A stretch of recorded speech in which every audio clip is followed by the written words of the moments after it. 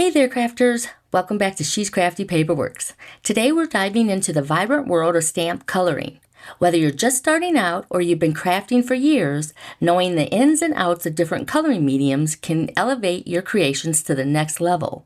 So get ready as we explore the Fab Five: inks, watercolors, alcohol markers, acrylic paint markers, and colored pencils. Buckle up because it's going to be a colorful adventure.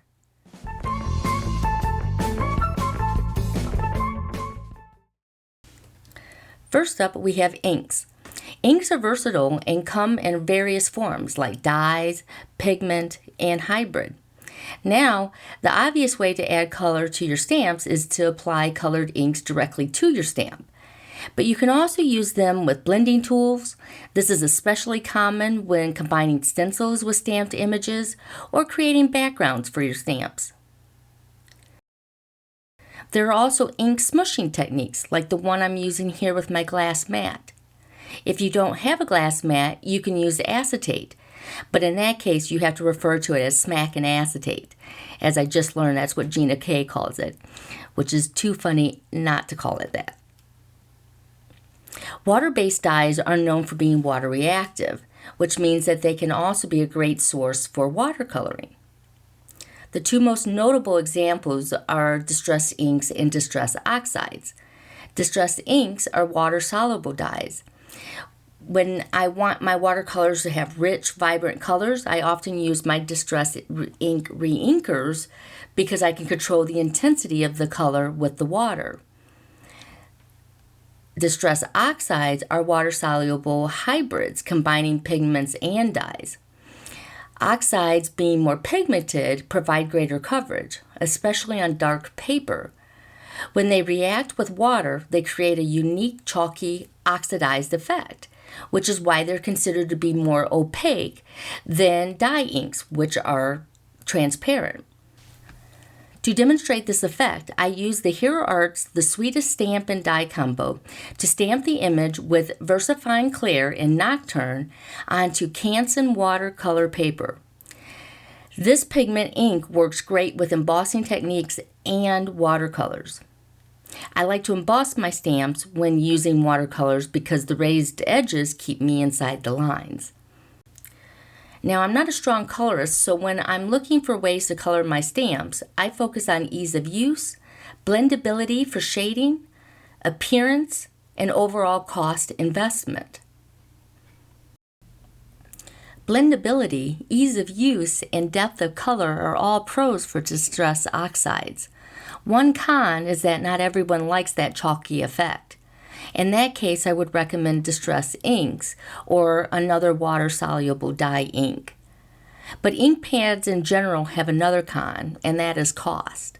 While most ink pads seem to be in the range of $5 to $10, that means a startup investment with a basic rainbow and other essentials ranges from about $50 to $100. But overall costs can be several $100s or more for complete color lines or brand variety. I was going to add up my own inks to get a feel for how much, but then I decided I didn't want to know that number. Anyone else? Just me? Okay, so next we have watercolors. And before you ask, didn't we just cover this topic? Well, sort of, but I wanted to cover products that are also intended to be watercolors. These can be in the form of traditional color pans like the ones we had as kids, but these days they also come in tubes, as powders, liquids, pencil form, and watercolor pens like these ones from Ohuhu. Just as I did with the last effect, I stamped the image with VersaFine Clair and Nocturne ink and then embossed it with clear embossing powder. And I did this onto Canson watercolor paper. I used the watercolor pen to fill in the inside of the flower, but I wanted to focus on using the palette because pan watercolors still offer the largest variety of colors and sets. I picked up these two palettes of metallic watercolors from Amazon, each for under $10. The smaller one provides more translucence, while the larger palette is a creamier consistency and has more opacity.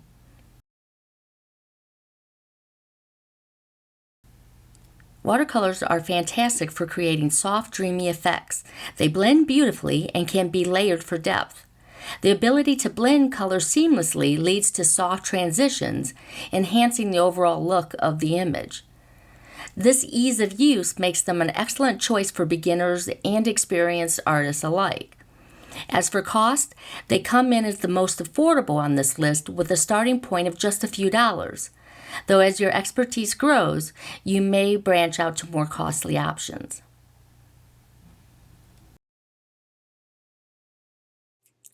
If you're an OG viewer and you ever wondered what's on my mug, it's the Fonz. He's a national treasure, you know. Coming in at number 3, we have alcohol markers. These markers are known for their vibrant colors and smooth application. Here I'm using Brutus Monroe's alcohol ink paper, which has a silky finish to allow for greater blendability. But I've also had success using Nina's Crest Solar White cardstock in both 80 and 110 pounds. When using alcohol inks, I usually stamp my images with Memento or Ranger's archival inks to prevent the lines from bleeding or smudging. The first set of markers I purchased were from the Cali Art brand. I chose them because they were the highest rated, cheapest brand at the time. I was not very happy with the colors in the set I purchased though, so I moved over to Ohuhu, which I like much better. I would highly recommend swatching your alcohol markers because the cap color rarely resembles the actual color. Alcohol markers dry quickly and are an excellent medium for blending and shading your art. Of course, these techniques require the artist to develop them, so they rank moderate to difficult in user-friendliness. However, the professional appearance that you can achieve and the remarkable vibrancy and vivid details are definite advantages. They can bleed through paper, so always have a protective layer underneath for anything you don't want to be stained. Much like inks, how many variations of colors and the brands vary the cost from moderate to some brands being a significant investment. Additionally, the strong fumes associated with alcohol ink require good ventilation during use.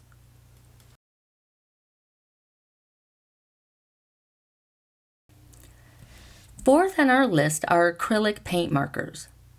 I'll explain why I'm using silver embossing in a little bit, but if you're unfamiliar with paint markers or you thought that they were just for rock painting, these markers are actually perfect for adding bold, opaque color to your stamps.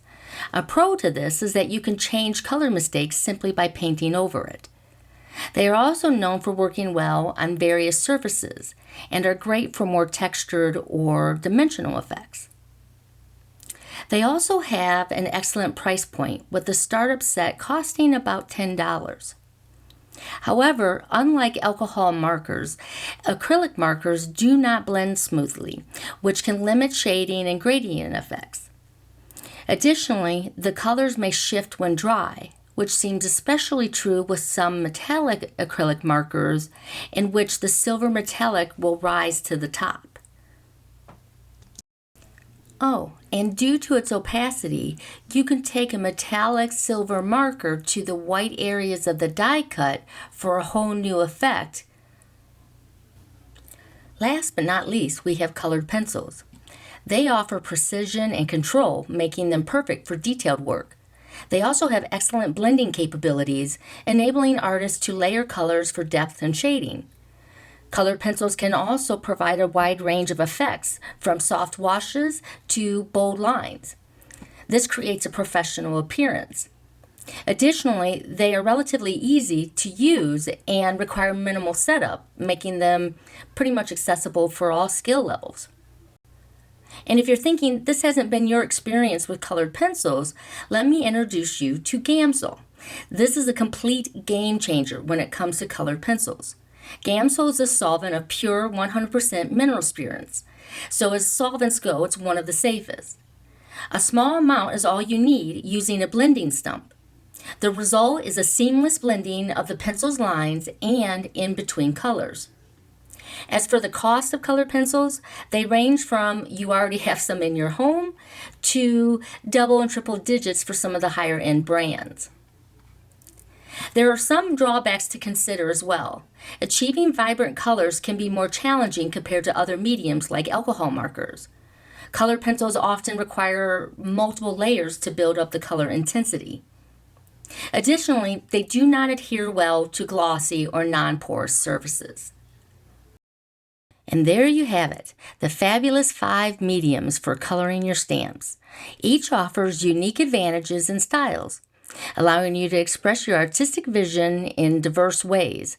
So whether you gravitate toward the vibrant hues of alcohol markers or the soft blends of watercolors, the key is to experiment and find out what resonates best with your crafting style.